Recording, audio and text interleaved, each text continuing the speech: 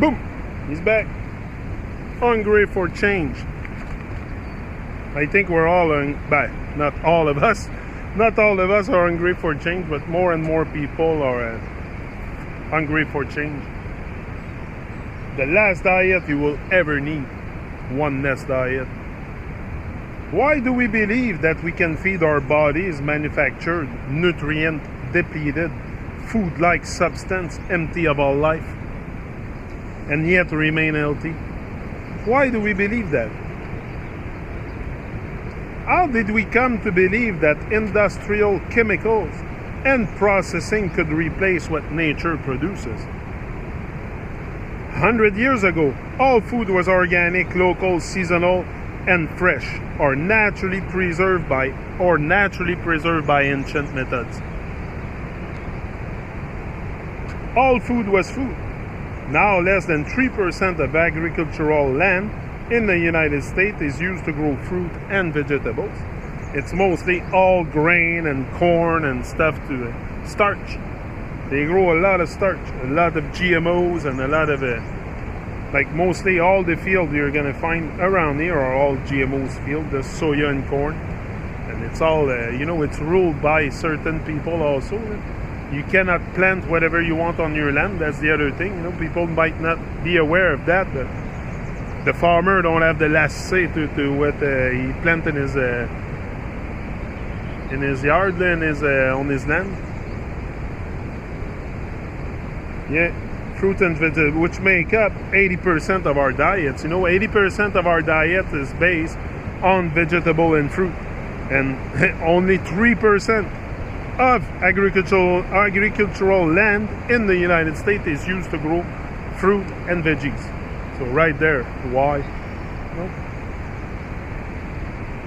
Today, not even enough fruits and vegetables are grown in this country to allow all Americans to eat the 5 to 9 servings a day set forth by the U.S. government dietary guidelines. But that's another false thing.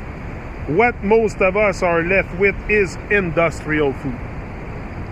And who knows what lurks in the average box, package, and canned factory-made science project. When a French fry has more than 20 ingredients, and almost all of them are not potatoes. When a fast food hamburger contains very little meat. And when the average teenager consumes 34 teaspoons of sugar each day, we are living in a food nightmare. A sci-fi horror show. Sure, that's what's happening. The very fact that we are having a national conversation about what we should eat, that we are struggling with how to define the best diet, is symptomatic of how far we have strayed from the natural condition that gave rise to our species and from the simple act of eating real, whole, fresh food.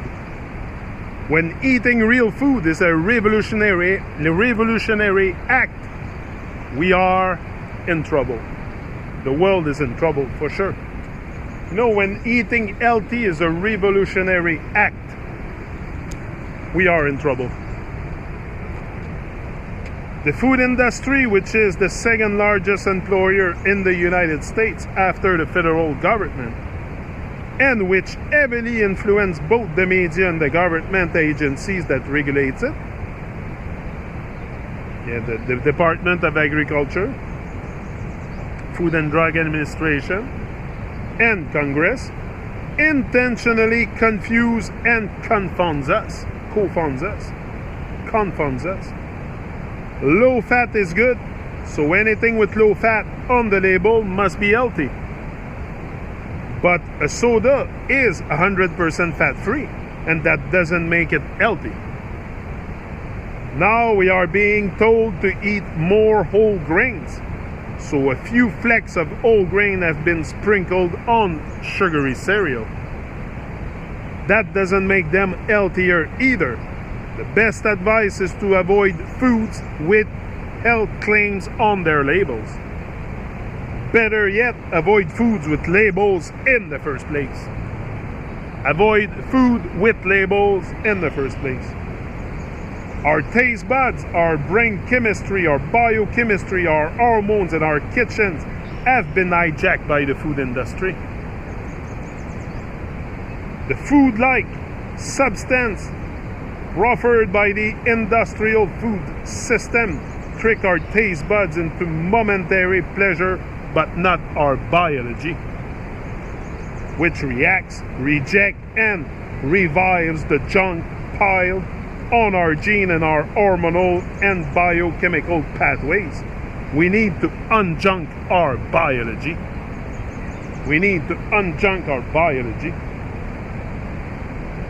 Industrial processing has given rise to an array of addictive, fattening, metabolism jamming chemicals and compounds, including MSG, monosodium glutamate, aspartame, high fructose corn syrup, and trans fat, to name the biggest offenders.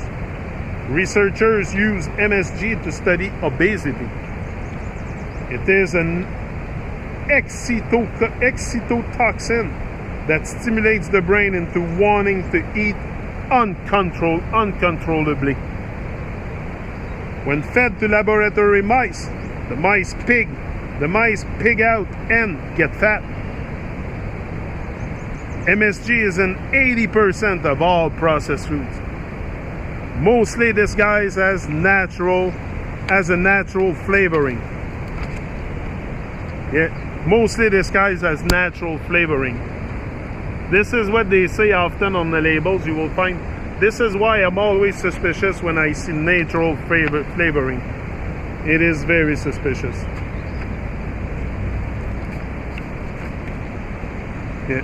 Trans fat, another example, are derived from vegetable oils and then chemically altered to resist degradation by bacteria, which is why store-bought cookies can last on our pantry shelf for years. But the ancient energy system of our body cells is descended from bacteria. And those mitochondria cannot process trans fat. Our metabolism becomes blocked and weight gain and type 2 diabetes ensure. Our tongues can be fooled by and our brains can become addicted to the slick combinations of fat, sugar, and salt pumped into factory-made food, but our biochemistry cannot, and the result is the disaster of obesity and chronic disease that we have in the United States today and everywhere in the world. It is no wonder that 68% of Americans are overweight, and that since 1960 the obesity rate has risen from 13% to 36%, and soon will reach 42%. Over the last decade, the rate of pre-diabetes and diabetes in teenagers has risen from 9 to 23%. Really? Almost 1 in 4 of our kids now has either pre-diabetes or type 2 diabetes. And 37% of the kids who are not considered overweight have one or more cardiovascular risk factors, such as high blood pressure, high cholesterol, or high blood sugar. Because even through factory food hasn't yet made them fat, it is making them sick. It is time to take our kitchens in our own backs. Transforming the food industry seems a monumental undertaking. But it is not. It is a small problem. It is in the small places of our lives, in our shopping carts, our fridge, our cupboards, our kitchen, and our dining rooms. This is where all our power is. The hundreds of little choices we make every day can topple the monolithic food industry. The past century is littered with the remains of fallen despotic regime. From the fall of the Berlin Wall to the rise of the Arab Spring, there is no force more powerful than a small group of individuals with a desire to end injustice and abuse.